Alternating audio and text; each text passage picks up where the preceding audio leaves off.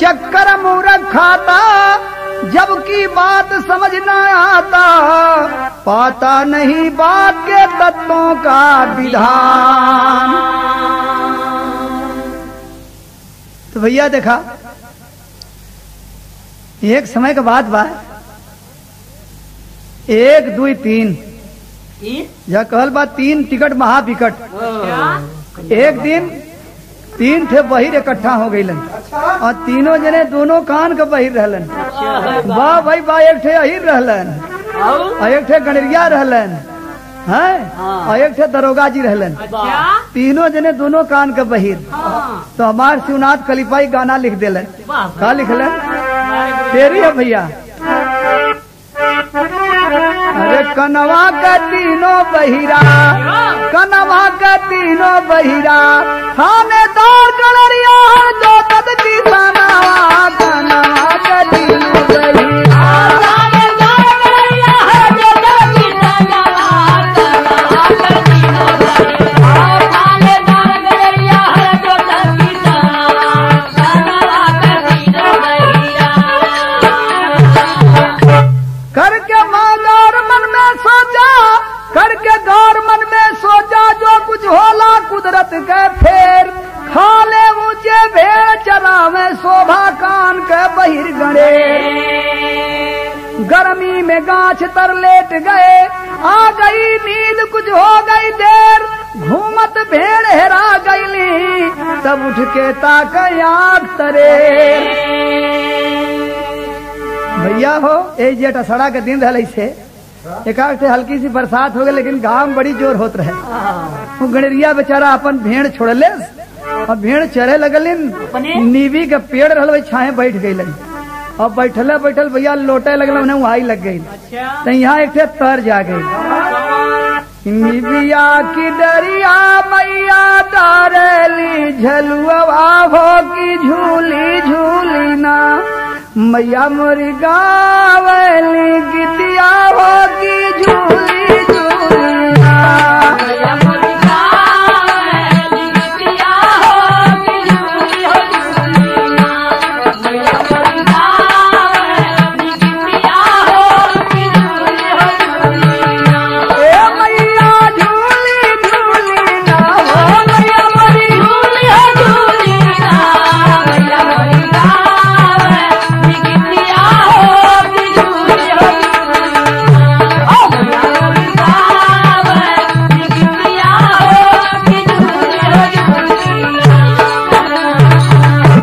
तर्ज भाई।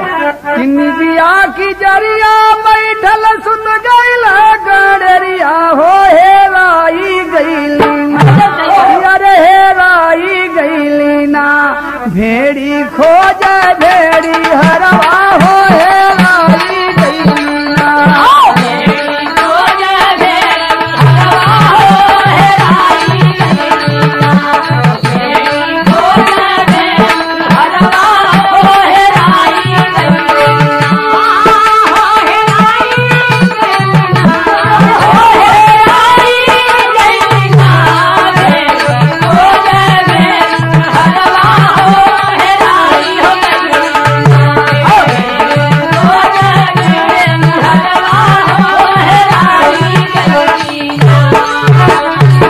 शीतल बयरिया में मन भैली हो पुतरिया, अरे हेराई हो गईली ना, अरे हेराई गईली ना, एकदम से रहले दुल्हरवा हो, हेराई गईली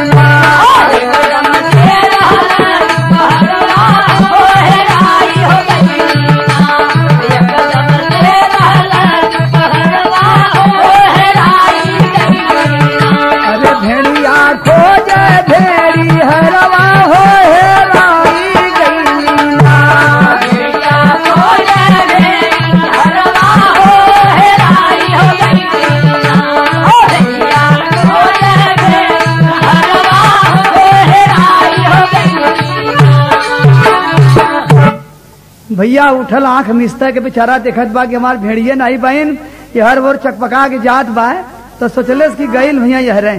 अच्छा हम ज्यादा बस चलल भगवान के मना के तो देखा भगवान का मर्जी कि चल चल हो के चले भाई भेड़ इनका पता लगाने हर जो हर देव मिले कम सुनत रोल काने कनवा का तीनों बहिरा अरे जाके लगा पूछना भेड़ इनका ठेकाना कनवा का तीनों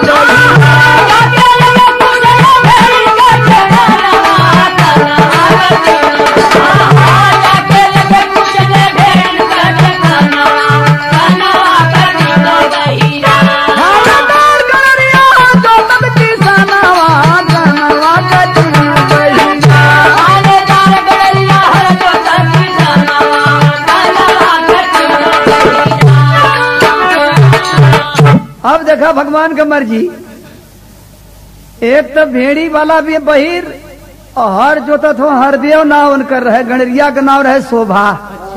शोभा जाके हरदेव से पूछत तो हरदेवो दोनों कान का बहिर हुन। अच्छा हाँ वो पूछत कि भैया कहीं हमारी भेड़ दिखला है। हाँ तो उनके समझ में आल कि पूछत कि बिहने से कितना जोतला है। हाँ देखा थे बहिरन का तमाशा। हाँ भैया हमारे कहीं भेड़ दिखला है तो वो सोचत पूछत बिहने ने कितना जोतला है।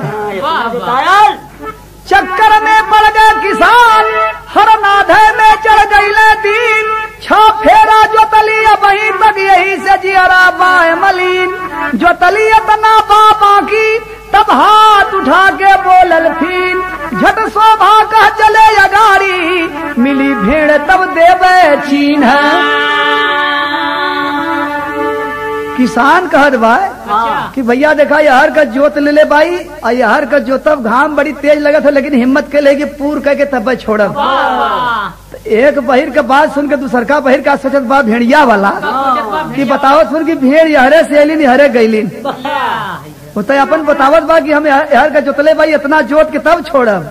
अब उनके समझ में आयल कि भेड़ यहर से एलिन यहरे गईलिन तो कहलत कि भाई देखा हमार भेड़ मिल जाई तो हमारे भेड़ी में एक 3.5 टांग का भेड़ है लंगड़ी आज तुम्हें इनाम दे दे भैया। हाँ हमारे खुशी में एक लंगड़ी भेड़ी तुम्हें इनाम दे दे। तो यही पर कवि जी एक कजरी लिख देलन अरे भेड़ मिली है तो भेड़ मिली है तो लंगड़ी इनाम देव और नहीं काम देव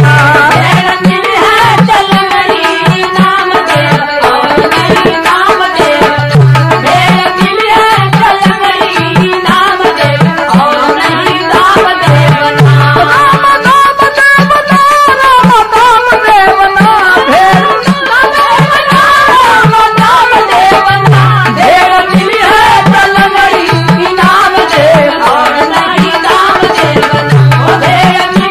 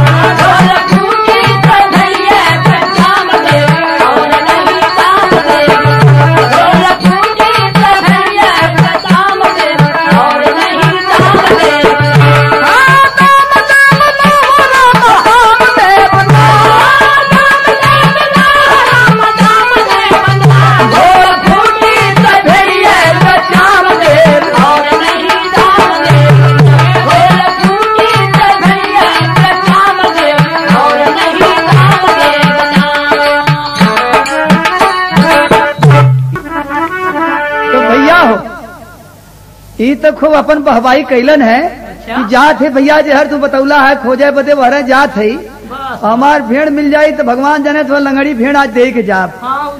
अब वो कहला कि भैया ठीक हो अब पूरा कह के तब आज हम छोड़ब बर्धा तो बेचारा प्यास गल मान लेकिन हम सोचे कि पूर कह नहीं हो कोना जोत ले तब छोड़ब। अब उनके समझ में आल कि घड़ी घड़ी हाथ उठा के हरे कसुर की हरे जई बात भेड़ मिल जाई तो संजोग से वो हरे गई कैलन। अच्छा हाँ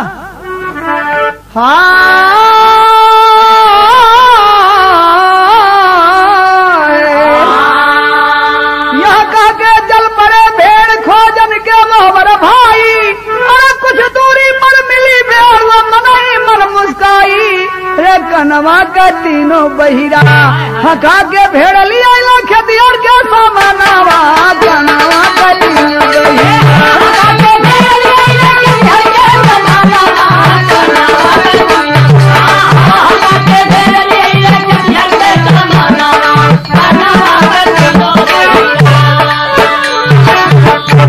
ढेर ना 1 किलोमीटर आगे गई भेड़िया मिल गई। अच्छा बड़ा खुश भैल कि भला बेचारा बता न दिले हो तो भेड़ कहीं चल गए होते तो कोनो चीख उख पा गए होते तो हाक ले गए होते एकदम कसाई बाणे में भेटाए गई। बड़ा बेचारा हमार उपकार कैले अब मर्दई यही बा की लंगड़ी भेड़ उनके देगी तो घरे चलब। अरे हाक के लेके आल जहाँ जोतत रहलन पहुंच गए वहाँ की अब भेड़ गोली आए गई कुल। अच्छा वही निबी की छाए गोली आए गई की अब हमन से लंगड़ी भेड़ी का टांग पकड़ के बहरियवले और टांग पकड़ घिरौते ले गए उनके आगे खड़ा कर दिले। अच्छा हाँ तो वो समझ गईलन कि देखा वही तम बिहने ले जोतते है आई टांग दिखा हमें लंगड़ी भेड़ी अब कब अगर हम टांग तोड़ दिली कहे ले जा भाई अब भाई तुम बिहने जोतता है। अच्छा वो कहना कि देखा हम ये लंगड़िए देवे कहले भैया तू सोच निम्मन ले तम निम्मन ना दे अब ना समझी में दोनों बेकूफी बतियावे लगलन। हाँ वो करे वाली ढकेले वो करे वाली ढंगले लंगड़ी बेरी बेचारी लंगड़िया भेड़िया अपन 2-3 दिन ढंगलाऊ गई। अच्छा 3.5 टांग कर रहा तो यहाँ आ गल विदेशिया भेड़िया थमावे लागल खेती हर के गलेरिया हो खेती हर कहे कि हम ना तोड़ली टंगरिया खेती हर कहे कि हम ना तोड़ली टंगरिया खेती हर कहे कि हम ना तोड़ली टंगरिया।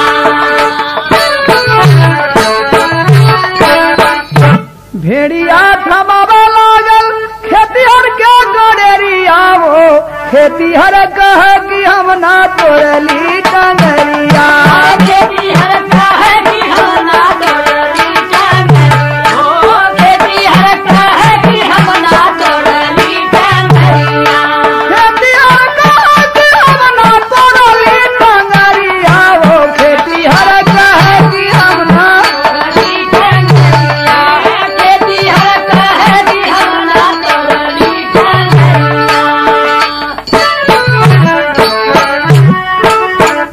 अरे भाई साहब ले जा दिमाग मत खराब करा एक तक गरम में हम परेशान है जोतत जोतत घामे में तू ले ला झुट्टा और रहना देता कि हमारे भेड़ी का टांग तोड़ देला कहा टांग तोड़ ली है अब भाई हम जोतते है तो जर को लाज शर्म नहीं लगत हो तू लेके भेड़ी अला यहाँ झमेला बतियावे ले जा अपन तब वो करेवरी ढकेल दिलस और कहते नहीं भाई देखा ये हम देवे कहले रही है तो समझे में नहीं आवत बा सोचलस कि हम क्या कहते कि टांग तोड़ला है तू ले ला तो भयल है का कनवा से कम सुने अपन अपन दोनों ढूंढे कनवा से कम सुने अपन अपन दोनों ढूंढे कनवा से कम सुने अपन अपन दोनों ढूंढे भेड़िया के बदले ना देवे हम बकरिया भेड़िया के बदले ना देवे हम बकरिया भेड़िया के बदले ना देवे हम बकरिया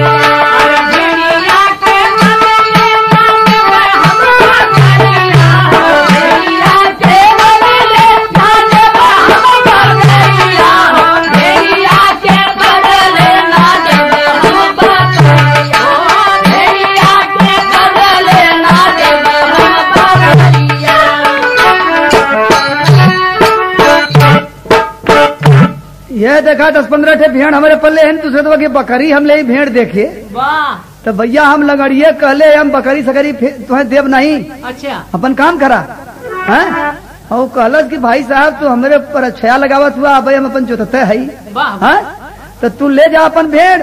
वो कहलस कि नहीं हम कहले भाई तो लंगड़िए देव हम निमन ना देव। अच्छा हाँ दोनों बे समझ ले जो हो अब हाथापाई शुरू कर दिलन। हाँ हाथापाई शुरू कर दिलन हो कहे ठोकर ताली 10 5 दे के गाली रामा कहे ठोकर ताली 10 5 दे के गाली रामा कहे ठोकर ताली 10 5 दे के गाली रामा कहे ठोकर ताली 10 5 दे के गाली रामा लपटा झपटा दोनों कैले मारा मैया लपटा झपटा दोनों कैले मारा मैया लपटा झपटा दोनों कैले मारा मैया लपटा झपटा दोनों कैले मारा मैया वो लपटा झपटा दोनों कैले मारा मैया लपटा झपटा दोनों कैले मारा मैया लपटा झपटा दोनों कैले मारा मैया।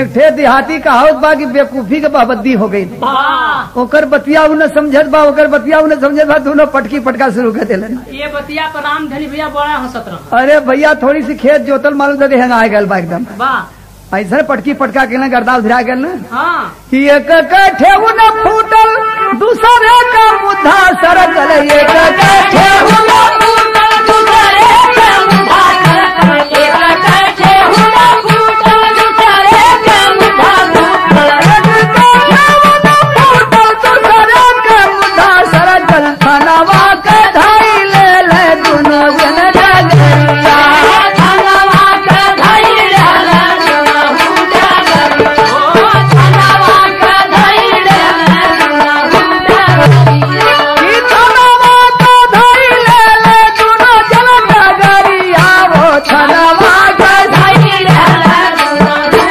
जगरिया ओ धनवा के धाई ले ले दोनों जगरिया।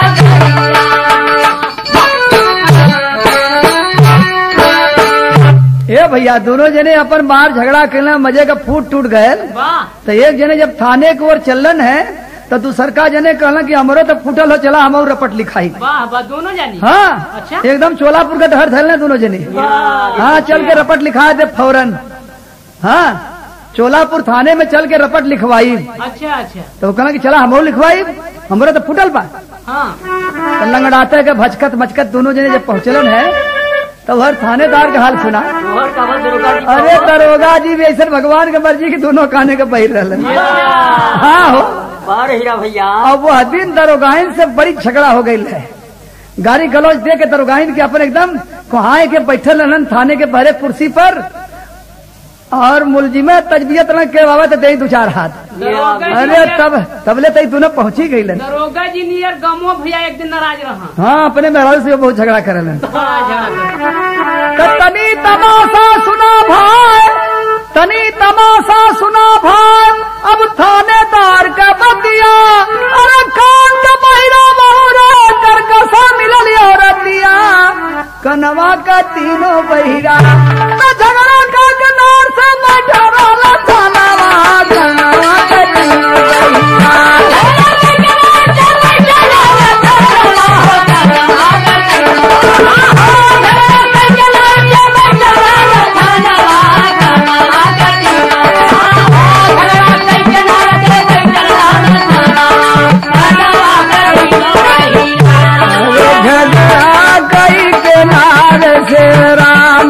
झगड़ा गई किनारे से बैठल रहले थानवा होता का जीना बहिरा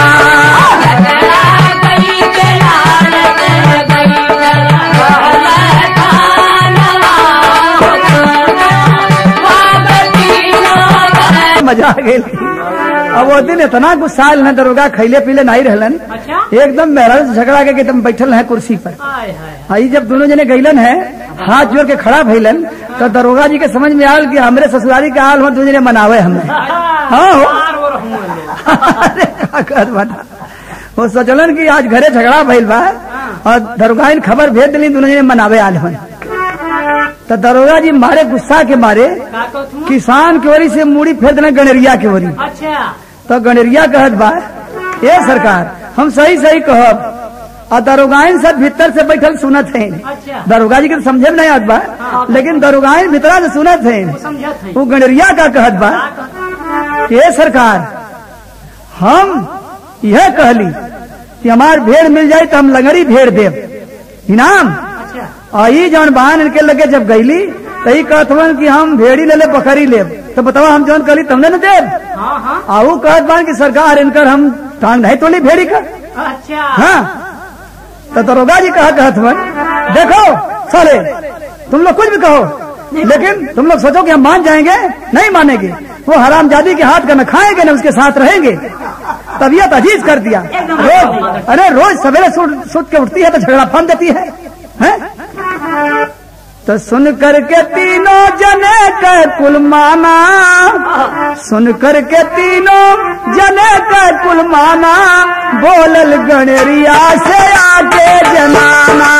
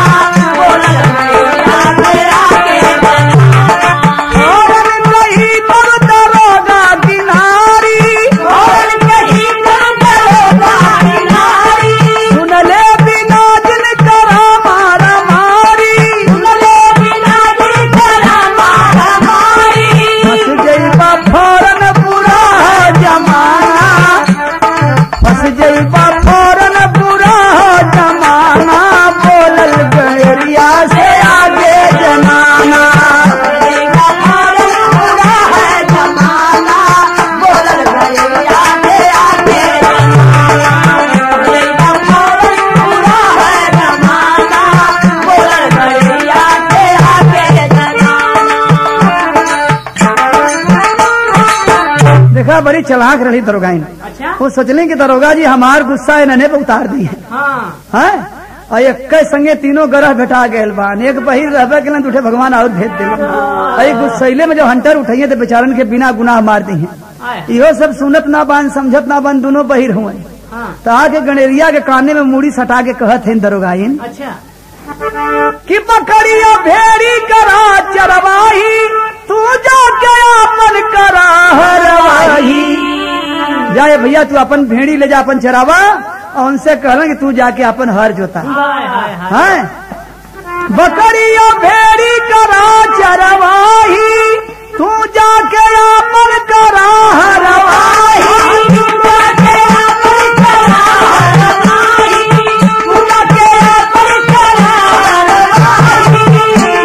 सुन के दोनों जन हो गई रवाना, बोलल गणेरिया से आगे जनाना।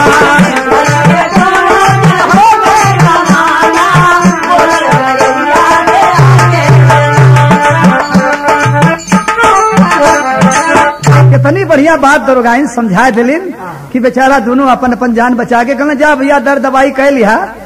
ई ना समझी में वो तुहार बतिया ना सुनना तो उनका ना ही सुनला दुनिया ने मारी मारा कर दिला। अच्छा और हमार दरोगा जी ना ही सुना तो उठिया तो गड़बड़ा दी है। तू लोग लौट जा। हाँ तब दुनिया के समझ में आ गए लौट ये लग। तो कवि जी कहा कहत हवन कि भैया गवैया सुना तनिया, भैया गवैया सुना तनिया, भैया गवैया सुना तनिया। हाँ करके सतुआ बनावा जिन जाऊर, हाँ करके सतुआ बनावा जिन जाऊर, हाँ करके सतुआ बनावा जिन जाऊर। बाउर बना जिन तू सुन के कराना, बोलल गणेरिया से आगे जनाना। बाउर बना